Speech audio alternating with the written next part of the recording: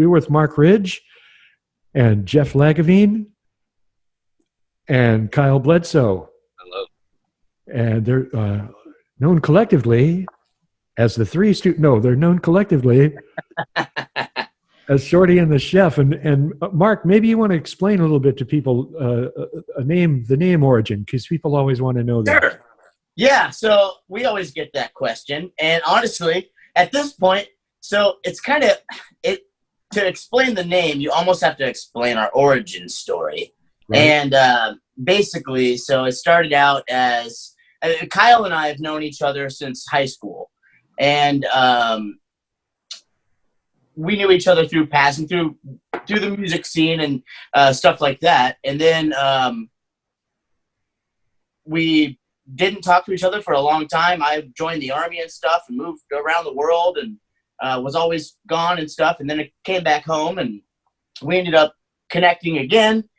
And then I met Jeffrey through Kyle. And after that, Jeffrey and I started playing, just jamming out. And we decided that it would be cool to try to do some gigs and play some shows. So we started that as a duo. We're like, well, what are we going to call ourselves, you know? And we were like, so Jeff already had the nickname of the Chef, you know, because he puts the special seasoning, the special seasoning on the entree. Right. It doesn't even make sense because I can only cook one dish really well. I'm not really a chef. Manicotti, bro. Yeah, it is really world-class manicotti. That's wow. I heard one time on Chicago radio, Steve Dahl and Jerry Meyer. Steve Dahl is the guy that did that Disco Sucks thing where they blew records up in Comiskey Park and the Sox had to forfeit a ball game because they blew the field up and all. But one day they were reading out of the Chicago Directory of Bands. There were some gnarly names in there for bands, particularly your metal bands. There were some. Abortion Chunky Style was one. So I've heard. Do you have cards? What do you have cards made up and hand them out at weddings, or how do you? Our fans call it style for short. Yeah. I heard of different names, like I heard a funny thing. You know, people just take an ailment and then put an animal next to it, like the blind kittens, or the paraplegic puppies, or something. Oh no. Always a source. Always a source. Yeah, for sure. So Kyle, Mark tells us about how the band began, and of course you've both been around the scene for a long time. And it's hard to begin a discussion these days without talking about just this very sort of new abnormal that we're in. And Kyle, talk a little bit about having to deal with that and still try and hustle and get out there and play and do some gigs and things. Yeah, I mean, when it first started, all the gigs just disappeared, right? March 15th, I think, was when the lockdown started, and all of the gigs that I had booked were getting canceled left and right. And it's only been up until, I don't know, a couple of weeks ago, maybe 3 weeks ago, that I just got back out, started playing in public again. And it's kind of scary and it's weird, but it also feels good to be playing, you know, because I missed it. So there was other things to do, you know. It forced you to be creative and start doing other things. Like I was doing lessons online for a little bit, and it was really busy right when it started doing it. And then, you know, life happens for people, and then whatever, you know, so it's not as busy as it was, but just trying to deal and stay busy and make money so I can feed my kid. And a lot of people have found some refuge online with, you know, doing some stuff, and there's been some pretty good stuff. And I've seen some people from all over the country I probably wouldn't have seen otherwise. Not that any of this is worth it, but I have seen. I saw some people I wouldn't have seen otherwise doing sets from all over the place. A buddy of mine that lives in Bellingham, Washington, has been doing some kind of regular things, and I saw some of your set. Where were you out? Where were you? Indiana Beach? Last night? Yeah. What was last night? Was that the country club. Yeah, it's right there on the water. It's real pretty, and everybody was distanced apart. You know, they're supposed to be. but I had my tip jar out in front of me, and I thought to myself, maybe I should have set that a little further away.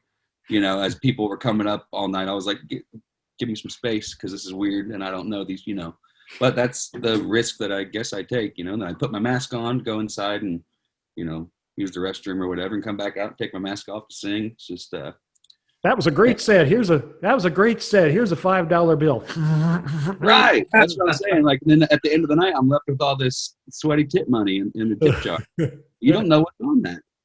And so that crosses my mind nowadays too. And you probably should have crossed my mind the whole time I've been doing this. Like, you get tips, you just take it, put it in your pocket. Nowadays, you take it, put it in your pocket. What's going to be on it? Oh yeah. Gotta quarantine that cash. Yeah, and I don't want to be one of those. I don't want to be one of those guys who's just taking it way seriously. But I have a kid, so I have to think about stuff like that. Well, it's not a thing. It's not a matter of taking something seriously or not. I mean, it's not something you can laugh off unless you happen to occupy the White House. I'm not going to say it's real, but it's real. Other than that, you do have to take that a little bit seriously. And like you said, particularly when there are children around, and boy, we just can't wait to get them packed together in school again. That ought to work great. Sure. Yeah, I'll leave that alone. We don't need to go to I worked in daycare a long time ago, and I know that for a lot of kids, particularly the little tiny ones, the 3, 4, and 5-year-olds, like that was the age we had in the daycare I worked at. If you don't really need a tissue, if you have a sleeve or a forearm, you're good. Hey, you want to trade masks? Sure. I'll trade you my mask for that pudding cup, man. Dude, you have Spider-Man and I have Batman. Like, I really love Batman. So yeah, they're trading them like Pokemon cards, right? Yep. That's the next new thing. when those kids, when you're way to leave the pandemic in the children's hands. Yeah. Right. Yeah. Kyle, when your son is I won't say our age, because I could be all of y'all's dads, but when your son is your age now, he'll have some great stories about how tough he had it. Yeah, I guess so. What a hard ass he was. My dad talked about walking to school every day until we learned that he lived half a block away. But yeah. And he does live half a block away from where he'll go to kindergarten, which is funny you say. He also walked uphill both ways. So yeah. And speaking of Kyle's son, best not be making any waves. I saw Leo playing some drums the other day on Instagram, man. Holy cow. I'll tell you what, he's really threatening my position in terms of being the drummer in this band. I'm a little bit intimidated, but I'm also very excited for him. So I'm very proud. All I can do is encourage him and hope he does better than I did. It's very cool. And the thing about drumming and your drumming in particular, which is so tasteful and fits so well in so many different contexts. And I see you in duets with people. I see you in trios. I see you in the 5-piece band. I've seen you in some larger organizations and some acoustic things and some very loud stuff. And how does it affect your approach? And how do you have to change your approach to fit in with these different kinds of bands and these different contexts? Well, I mean, it's different with each artist and each group. It depends on what genre we're approaching. It depends on what the artist wants from me, whether I'm given complete freedom or autonomy, or whether, hey, I need to play just this, just to serve the song, and this is exactly what the artist wants. So I've been on both ends of the spectrum and in a lot of places in between where, okay, well, I have a little bit more freedom with this artist. I have, a very set part to play with this artist. And for me, it's mostly just about serving the music. I obviously love to play, and sometimes I overplay, I think, and that's just part of me learning and experiencing everything. But I really try to be conscious of what I'm doing to best serve the music. I don't think I've heard you overplay, if I may just jump in. No, I do. I've heard drummers overplay. He thinks you know what? The video. Kyle thinks he overplays too. I think that's just. No, it's not overplaying. Shit, flaunt it. I love it. I love it. There's a video on that makes the rounds every now and then, a YouTube video of a wedding band, or they're playing at a wedding. I don't know that they play exclusively, and I'm guessing they do from the Suits. But they're playing. Yeah, that guy. They were playing the ZZ Top, and he's just going nuts and going awesome. And I thought, I'm a pacifist generally. I would personally take somebody out that did that in a band that I was in, even if it wasn't my band. I was just there. No, that's antisocial behavior now. Come on. Yeah. Serious. It was funny to watch online, but I wouldn't want to be on stage with it. That would be a. Oh man. Serious. Yeah, I love the stage performance and the energy that he has behind what he's doing. For me, I wish I had that kind of skill. I'm just trying to keep the beat because that's hard enough for me. So like, I don't need all this extra. I mean, I'm not that good, you know. But it's fun to watch, that's for sure. If they called you up and said, if they call you up and say we need a juggler tonight, then fine. But it wouldn't be me. Say we need a drummer. Right. Well, I can barely qualify as drummer. So as far as a juggler, yeah, there's no dice there. Come on. I can flip my stick maybe once. I can do a stick roll here and there, but any more of that modesty, I think I can mute you from this end. I think I'm not sure.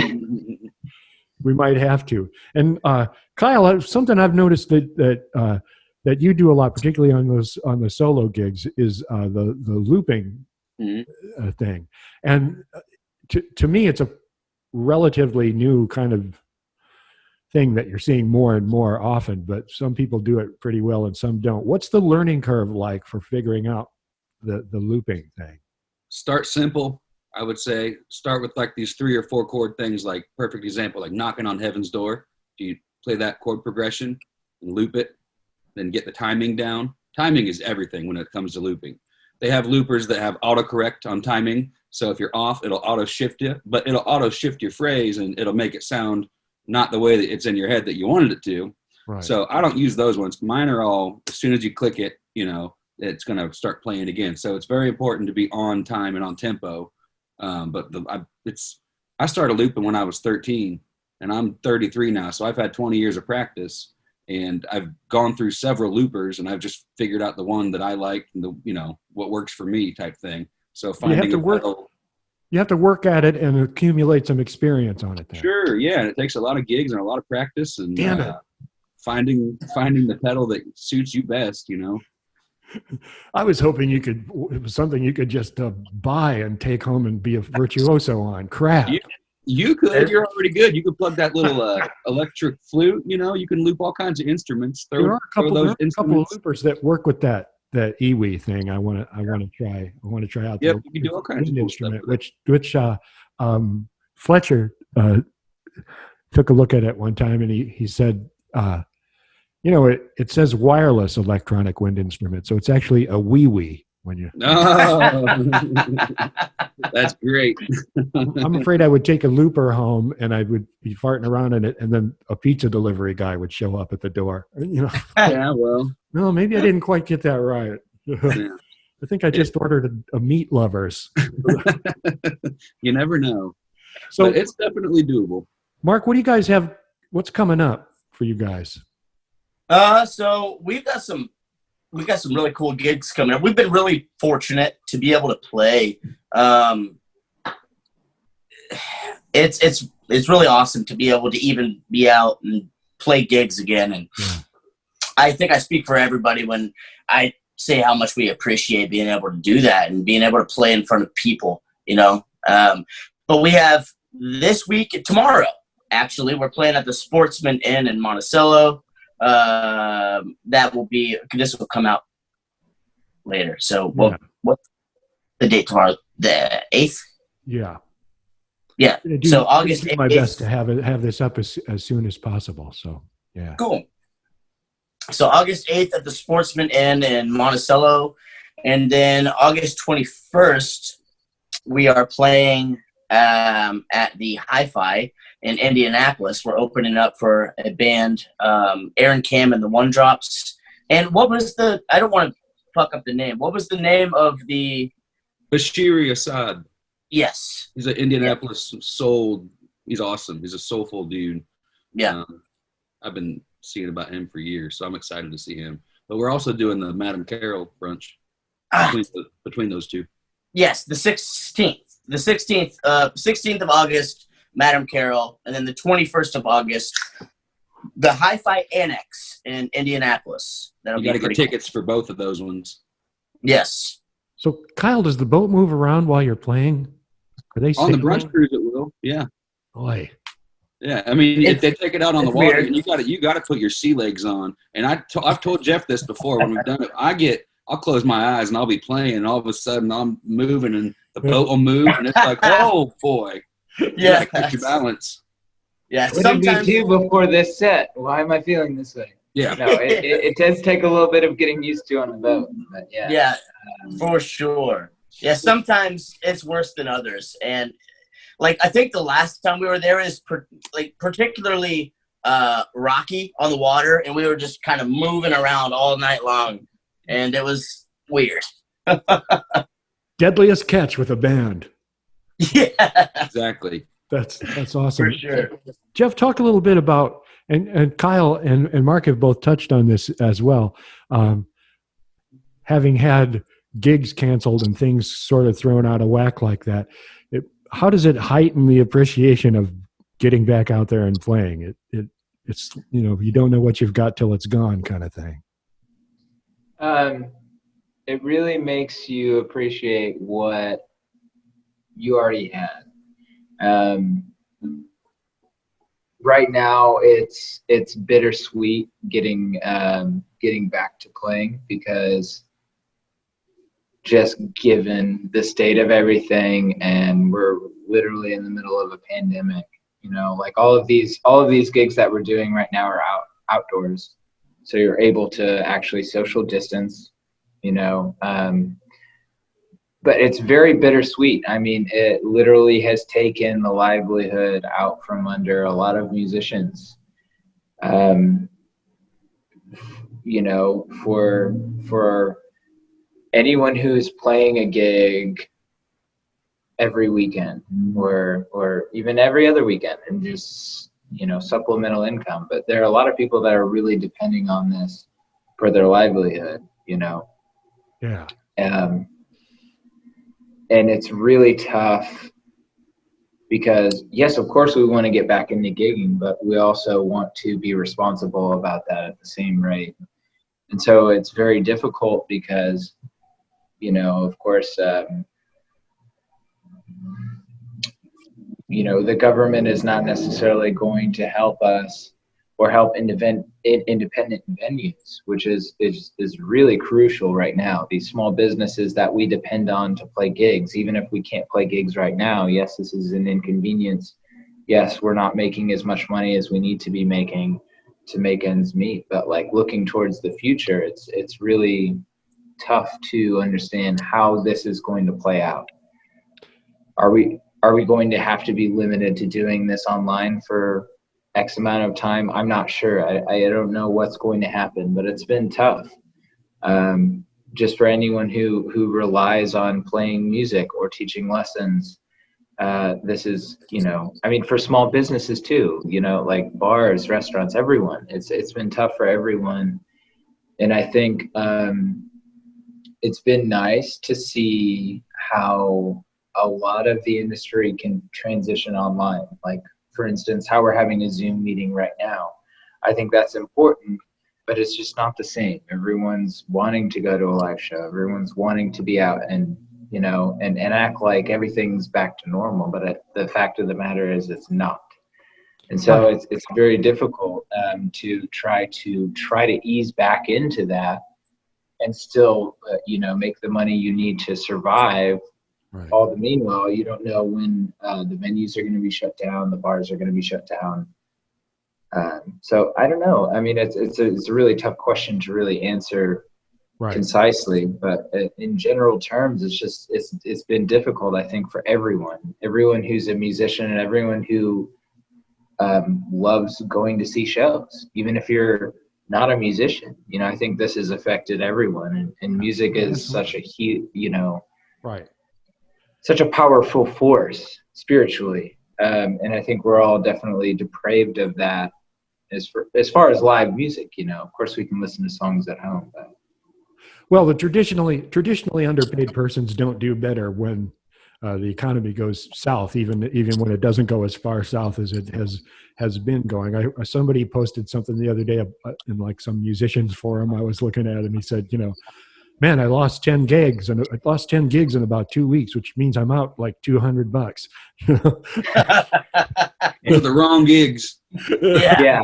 Yeah. I mean, you should hear how much Kyle Bledsoe lost on his gigs, you know. No, you as far as shouldn't. that. But yeah, no, that is also another real aspect of the industry.